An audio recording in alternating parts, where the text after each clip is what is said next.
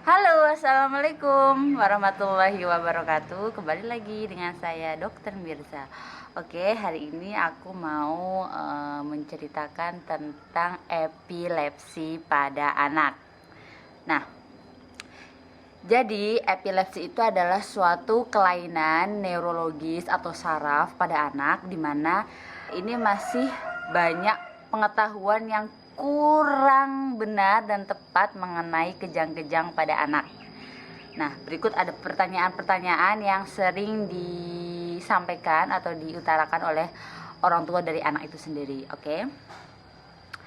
Yang pertama apa aja ya? Satu, mengapa anak saya dikatakan epilepsi, dok? Setahu saya epilepsi atau ayan itu kejangnya sampai mengeluarkan busa dari mulut.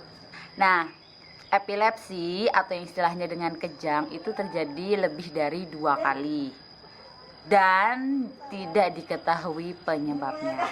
Jadi bisa dikatakan dia itu bisa kena epilepsi karena dia pernah kejang 2 kali dan nggak tahu penyebabnya itu apa.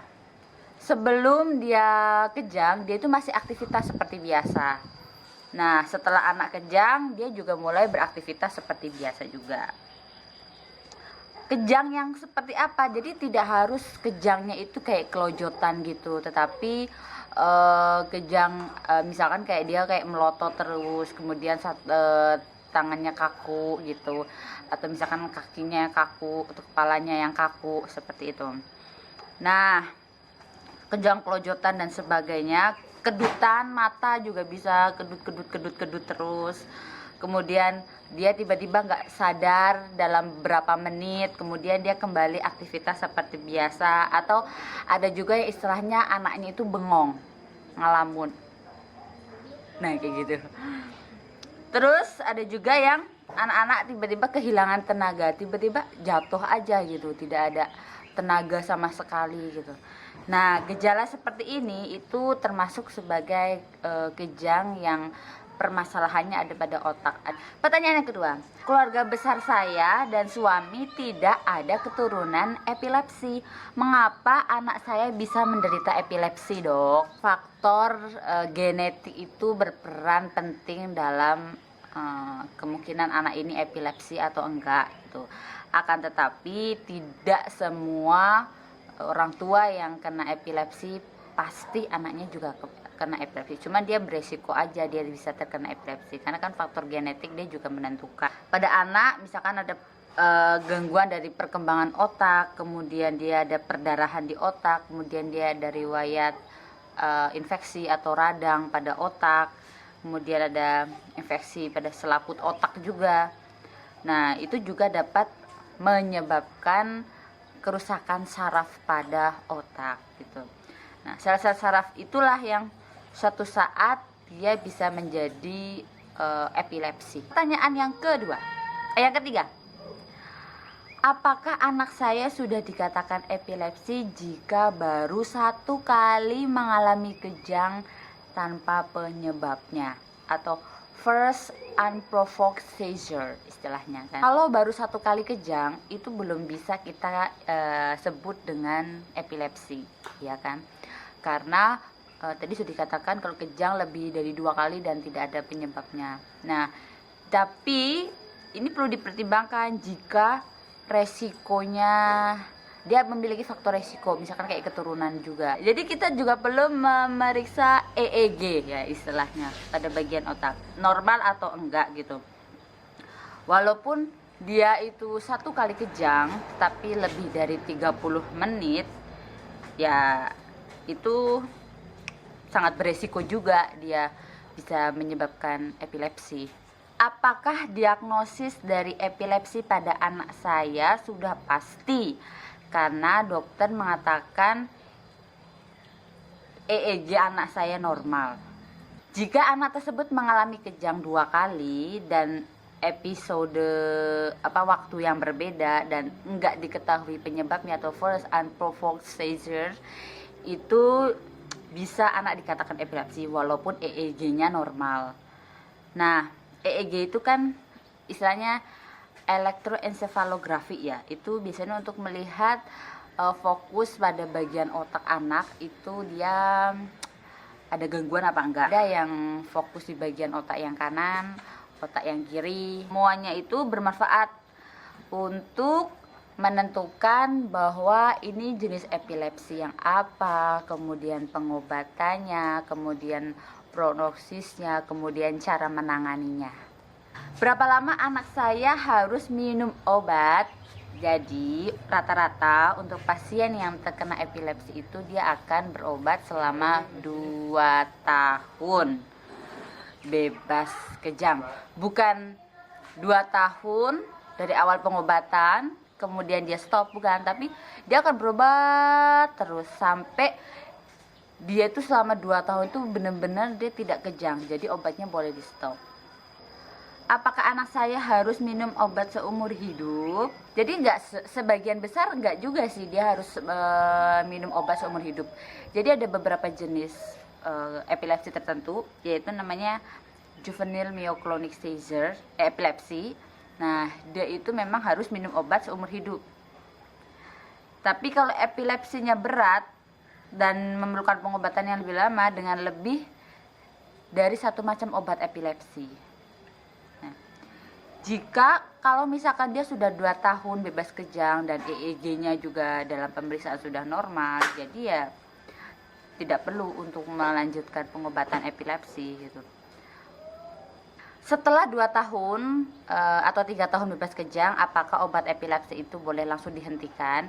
Jadi sebenarnya epilepsi itu tidak boleh langsung dihentikan karena kan ada proses bertahapnya. Apalagi obat-obat yang obatnya itu nggak hanya 1 tapi ada sampai double gitu kan, atau lebih dari 1 lah istilahnya.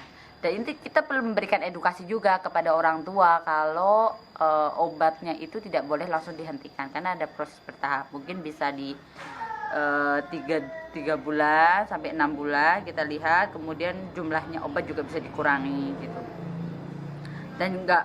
Dan nggak boleh langsung menghentikan atau mengurangi dosisnya atau bahkan malah menambah dosisnya. Pertanyaan selanjutnya, berapa sih macam obat epilepsi yang harus diminum? Ya, jadi dokter itu biasanya akan memberikan 1 obat epilepsi dengan dosis yang minimal gitu. Jadi jika kejangnya masih ada, dokter kemungkinan akan menaikkan dosisnya obat tersebut sampai optimal dia tidak akan kejang lagi gitu. Dan dosis itu akan terus dipertahankan sampai 2 tahun dia itu bebas kejang gitu. Jika dengan 1 macam obat dosisnya itu masih kejang, maka akan diberikan obat tambahan lagi yang kedua. Next, pertanyaannya adalah apakah obat epilepsi tidak menimbulkan ketergantungan karena dikonsumsi dalam waktu yang lama, Dok? Gitu. Jadi, obat anti epilepsi itu kan dia termasuk obat obat hipnotik yang sedatif atau obat narkotik gitu kan. Jadi dia tidak menimbulkan efek ketergantungan gitu. Selama minum obat epilepsi itu pastikan akan selalu dalam pemantauan, baik itu efek sampingnya, kemudian pemeriksaan darah lengkap, kemudian ginjalnya kayak gitu. Karena minum obat terus kan, jadi memang kadang perlu dipantau juga. Cuman nggak menimbulkan efek samping sih. Gitu. Selanjutnya masih ada 3 pertanyaan lagi. Apakah epilepsi itu penyakit menular? Jawabannya apa?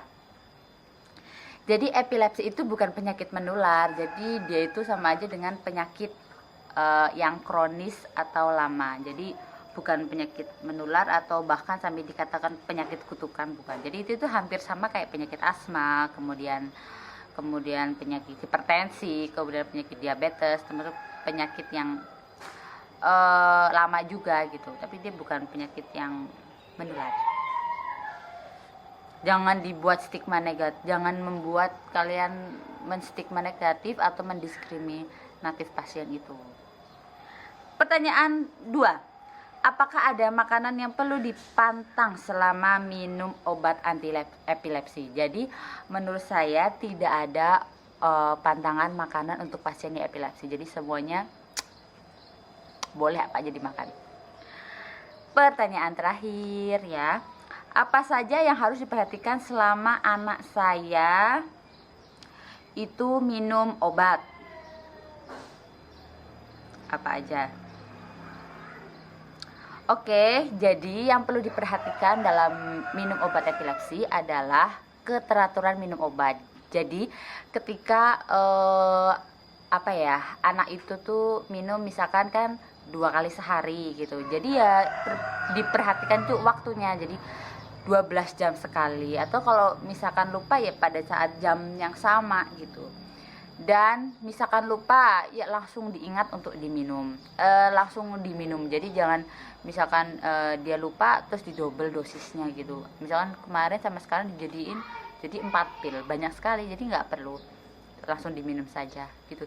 Yang penting keteraturan minum obat aja sih, gitu aja. Semoga informasi ini bermanfaat buat kalian, apalagi buat orang tua, kemudian pada anak-anak tertentu yang terkena epilepsi.